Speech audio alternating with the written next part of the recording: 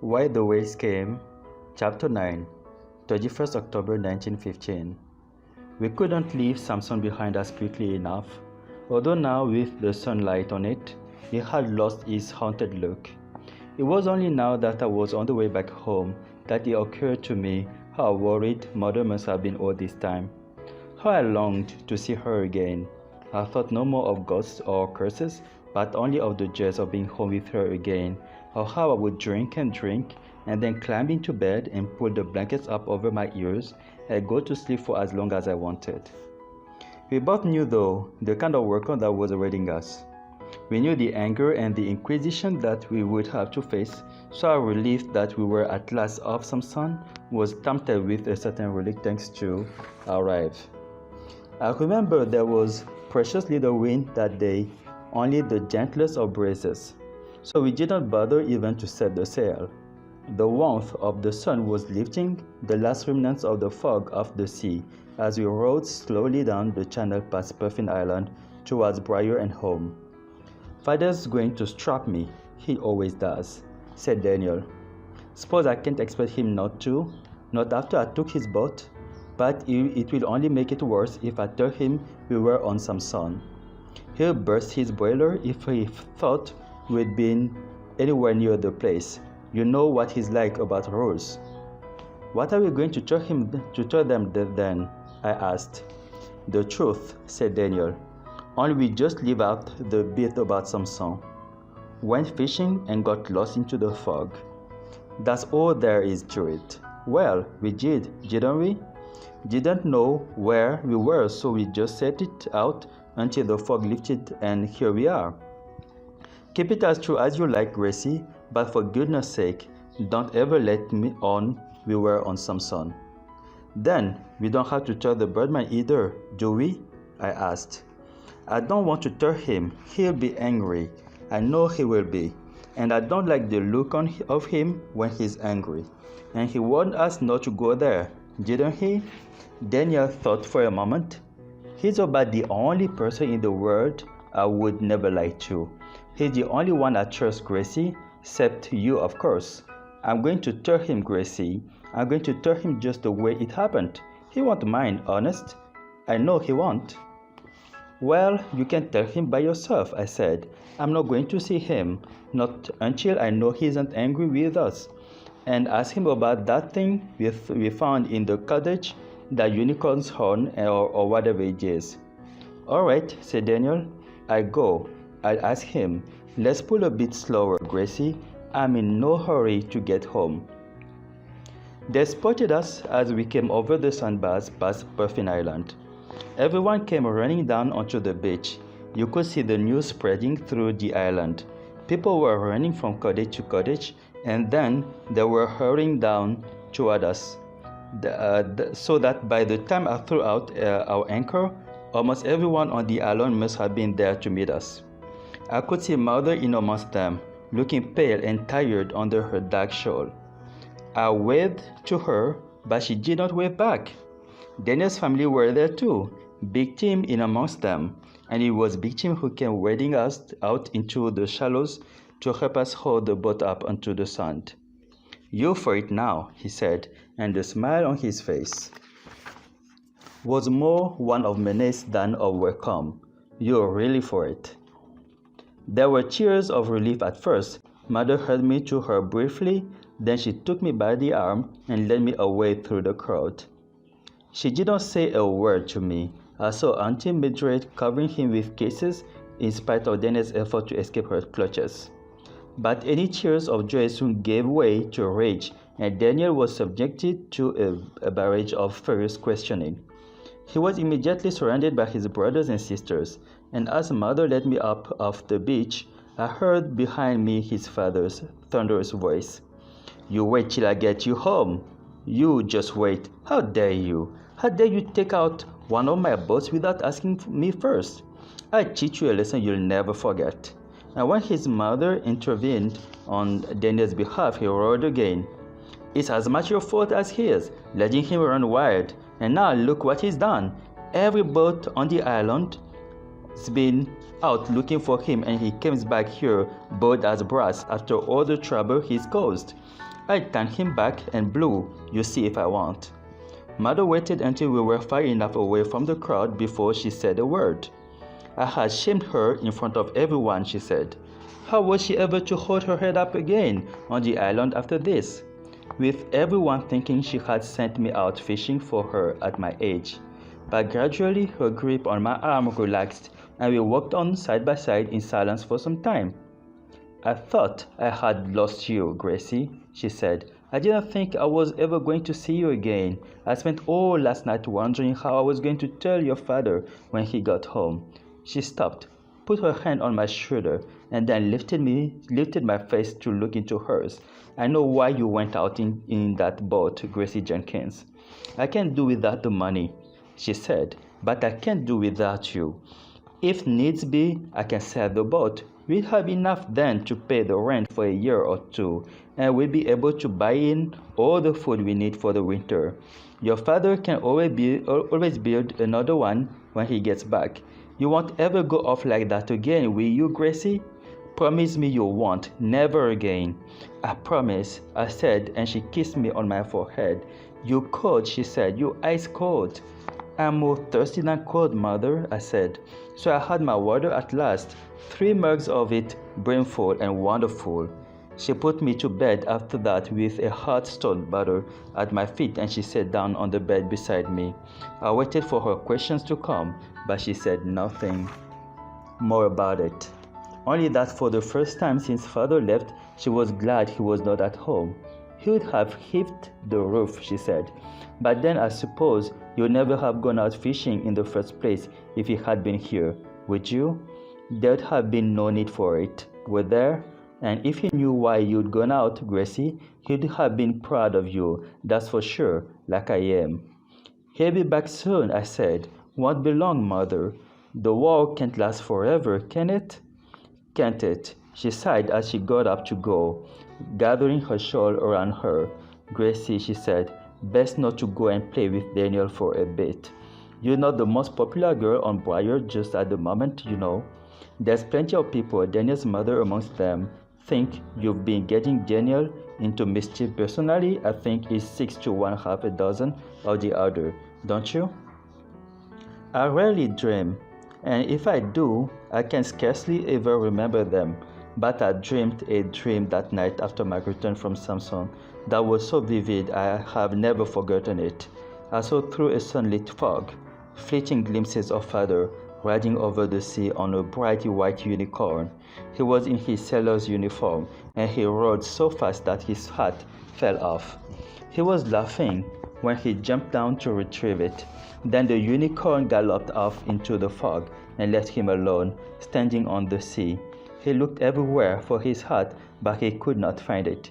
It did not seem to worry him though, because he was laughing all the time. As he sank into the sea, he was still laughing and waving at me. All that night I kept waking up and falling asleep again, only to dream the same dream again and again. I wanted to tell Daniel about my dream. He was the only one I could tell, but there was no opportunity to do so. He had been forbidden to play with me, and so we only saw each other now when we went to school. And then there always seemed to be other children around us. Even in playtime at school, we were not left alone. Overnight, it seemed we had become famous. We were the heroes of the hour, and constantly surrounded now by admirers who wanted to find out everything that had happened to us when we had gone missing in the fog. However, when we told them, they wanted to know more, and so Daniel invented more. Each time he told the story, he filled it out with colorful and often inconsistent embellishments. But no one seemed to notice. They hung on his every word. I noticed though that Big Tim and his friend never came to listen to Daniel. They stood in a huddle in the farthest corner of the playground, whispering to each other and glowering over their shoulders at us. I did try to warn Daniel that I thought they were up to something, but he ignored me. Indeed, as the days passed, I felt Daniel was hardly even listening to me anymore. I did not know why, but Daniel seemed quite unlike himself now since our return from Samson. It was not that he avoided me. On the contrary, he stayed so close to me all day that I began to feel he was trying to protect me from something. But he had become distant towards me, almost cold. He hardly ever spoke to me, and when he did it was in monosyllables, and he kept looking around him all the time as if he were expecting something to happen. Even on the way back from school, coming down our lane when we were quite alone at last, he seemed to prefer to walk beside me in stony silence. I could have told him then about my dream, but there were more important, more urgent things I had to know. "You been to see the birdman yet?" I asked, and not for the first time. He shook his head and looked away. "Why are you going then?" I went on. "You said you were going to ask him about that horn thing in the cottage. You said you would." "Soon," he said, and he walked on down the lane towards home, his hands deep in his pockets. "Your father strapped you?" I asked him. He nodded, but said nothing more. "Does it hurt still?" "Bit," he said. "See you tomorrow." And he ran off up the path toward his house. "Watch out for Big Tim," I called after him. "He's hiding something. I know he is, Daniel." He waved his hand over his head and went inside. At the time I put it down to the beating his father had given him, it had to be that. I could think of no other reason why he should suddenly have become so quiet and so sad. Terrible things happen on quite ordinary days, and there is never any warning. It must have been a week, I suppose, after we came back from some sun. I met Daniel as usual at the gate that morning, and we walked together up the lane to catch the boat to school. We always went the long way because Big Tim and his friends went the short way, and we always liked to keep it well away from them. It was a gusty autumn morning with the leaves chasing each other in crazy circles down the lane. I remember Daniel was behaving even more strangely than usual. He kept glancing behind us, and then just before we joined the others on the boat, he said quietly, not looking at me at all, "Gracie, if anything happens at school today, just keep out of it. Don't say anything no matter what happens. Understand?" There was no time to ask any whys or wherefores, no time even to reply. It was a rough, buffering crossing to Trey School, but I liked it that way. It took longer, and there was always just a chance that, if it got worse, in mid-channel we would have to turn around and go back home again, but it did not. Big Tim sat in the bow of the boat with his friends, as he always did, but then I saw that he was staring at us and grinning. They all were. There was menace in their eyes. I looked at Daniel and found him glaring back at his brother. There was a look of utter contempt on his face. In assembly, Mr. Beloved thundered his daily tirade against the brutal German enemy, and we all sang "God Save the King" as lustily as usual. Then in his arithmetic lesson, we all had to recite our 7 times table aloud. Of all of them, this was the one I loved and dreaded the most. I managed to stutter my way through it, but it was not good enough, and he told me to stay in after lunch and write it out 20 times. At break time, I followed Daniel out into the playground. We went and sat down together, as we often did, by the coal shed. I tried to ask Daniel again about the birdman. "You told the birdman yet about Samson? You asked him what the fire was for?" But he never had time to answer me. They were all around us, about 10 of them in all, and Big Tim stood above us against the sky, his thumbs hitched over his belt. His head was in the sun, but I could see the cruel grin was still on his face.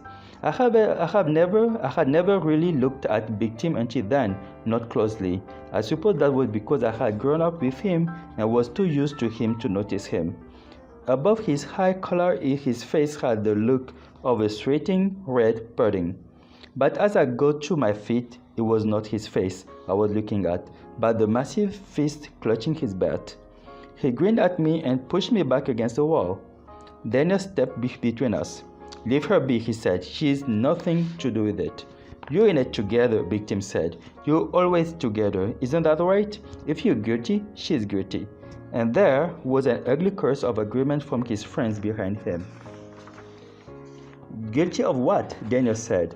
Alright, so you saw me coming out of the birdman's cottage last night. What's the harm in that?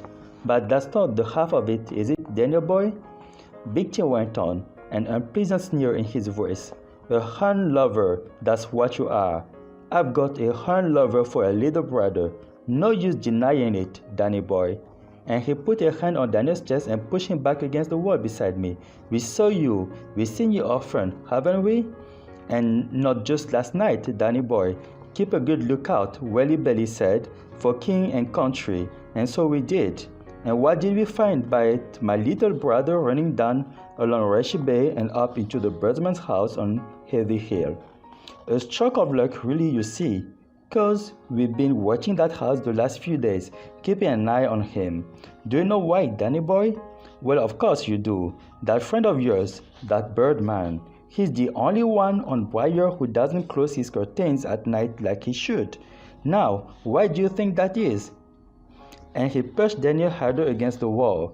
Well, I tell you why. It's because he's a spy. He's a Han-loving spy, and he's signaling to German submarines out at sea. That's why. And that makes you the friend of a spy, doesn't it, Danny boy? Don't be silly, said Daniel. He wouldn't do that. He doesn't even like the war. Says no one ever wins a war anyway, so there's no point in fighting it. He doesn't want anyone to win it. Doesn't he indeed? So he's a hand lover, just like I said he was. A hand lover and a spy. Big Tim's friends closed in around us. He went on. Father's going to find this all very interesting when I tell him. He'll tell you again, Danny boy. That's after I finish with you. You can tell Father what you like, said Daniel, but you can't prove anything. Just leave the birdman alone. He hasn't done anyone any harm. Leave him alone. Do you hear me? The only reason you can see lights from his cottage is because he hasn't got any curtains, that's all. Big Tim looked a little taken aback at this. No curtains? He said. That's no excuse. Got blankets, hasn't it? Hasn't he? Everyone's got blankets. He could put up blankets. He's a spy enough. He's a spy right enough, and you're in it with him. Both of you are. Can't you understand? Daniel said. He hates the war. Says it turns men into savages. He doesn't even care who wins or loses. Doesn't care, huh? Said Big Tim, taking Daniel by the ear and twisting it viciously. So he doesn't care who wins the war? That's what we thought, isn't it, lads? So here's what we're going to do, Danny boy. When I got home, I'm going to tell Father all about you and the birdman, and he will tell the Navy, and they will come and search his place and question him till he tells everything. And if he doesn't come up with the right answers, then you know what happens to spies, don't you? They shoot them and their friends. And he twisted Daniel's ear even harder, forcing him down onto his knees. The silent tears on Daniel's face at last spurred me to action that I threw myself at Big Tim, lashing out with arms and legs. But it was to little effect. He did have to let go of Daniel, but then he just held me out at arm's length and laughed at me as I flailed pathetically, my arms far too short even to reach him. Then someone called out that Mr. Well-Beloved was on the prowl. So he grabbed my arm, twisted my wrist up behind me, and pushed me to the ground beside Daniel. That's where you both belong, in the dirt, like old hand lovers. You won't see him again, he confessed and told them everything. I shouldn't like to be in your shoes when you get home this afternoon. And he was gone. Daniel helped me to my feet. I told you to stay out of it, he said, his hand cupping his ear. I told you, didn't I? But they won't shoot him, will they? I said. Curse not, Gracie. They'll find out he didn't do anything. Not on purpose, anyway. They're not stupid like Big Tim. But we're both in trouble now. Big Tim will tell everyone all about us and the birdman, and they will try to stop us from ever seeing him again. You can be sure of that. Daniel, I said, brushing myself down, why did you tell me you hadn't been to see the birdman? He didn't answer me. You told me you hadn't been, and you had. He looked at me and then looked away again quickly. I didn't want to have to tell you, Gracie. He spoke quietly, almost as if he were talking to himself. He was going to tell you himself, Gracie, he said. It's about the curses, the curse of Samson. It's like you said. It's like your father told you. It's all true, but there's more. And just then Mr. Beloved appeared around the corner. "Anything the matter?" he asked. "No, sir," said Daniel. "Then run along in. Break's over. Bed's going." After lunch, I had to stay in to write out my 7 times table 20 times, and Mr. Well-Beloved kept me at it all afternoon, sending me back and back to do it again until I got it right. But I never did get it right. I kept making small mistakes, for my mind was not on my work that day. I was not thinking of Big Tim and having my arm twisted again. I was thinking only about the curse of Samson. Would it be me or Daniel to suffer the curse first? I wondered if the house would be burnt down when I got home. I wondered if Mother would be sick with the fever, or whether we would drown on the way back to Briar. I would have to tell Mother to warn her. I would have to tell her before someone else did, all about the birdman and Samson. And I knew how hurt she would be that I had deceived her all this time, how I dreaded going home that afternoon. The boat from Tresco dropped us at the quay as usual, and we took a different way home up through the town for fear of meeting Big Tim and his friends. As we passed the houses, we noticed that people were gathered, whispering in their doorways, and they would disappear indoors as we approached. We saw them peering out at us through their windows. Even the vicar looked away and did not speak to us as he hurried by in his billowing black cassock. And that was most unusual for him. When we reached my front gate, Daniel's mother was waiting there, and she took him roughly by the arm and whisked him away into the house. "What's the matter?" he asked. "What have I done now?" But she said nothing, and I noticed she seemed not to want to look at me. Mother was sitting in her usual chair, but it was not usual for her to be sitting down at this time of the day. "Come here, Gracie dear," she said, her voice an unnatural whisper. When she lifted her head and looked at me, I could see she had been crying. "We've lost your father," she said. "Lost him?" I said. "He's missing, Gracie," she said, and she held up a letter and handed it to me. It was a brick red envelope that I held up in my hand, and the address on the outside was in pencil, as was the writing on the letter I took out. It read, "The Lord Commissioners of the Admiralty regret to inform you that J591671 able seaman Peter Jenkins of HMS Lewis was reported missing in action on 21st October 1915. "That means he's not coming back, doesn't it?" I said. "Oh, why him?" Mother said. "Why us?" I knew well enough the answer to that question.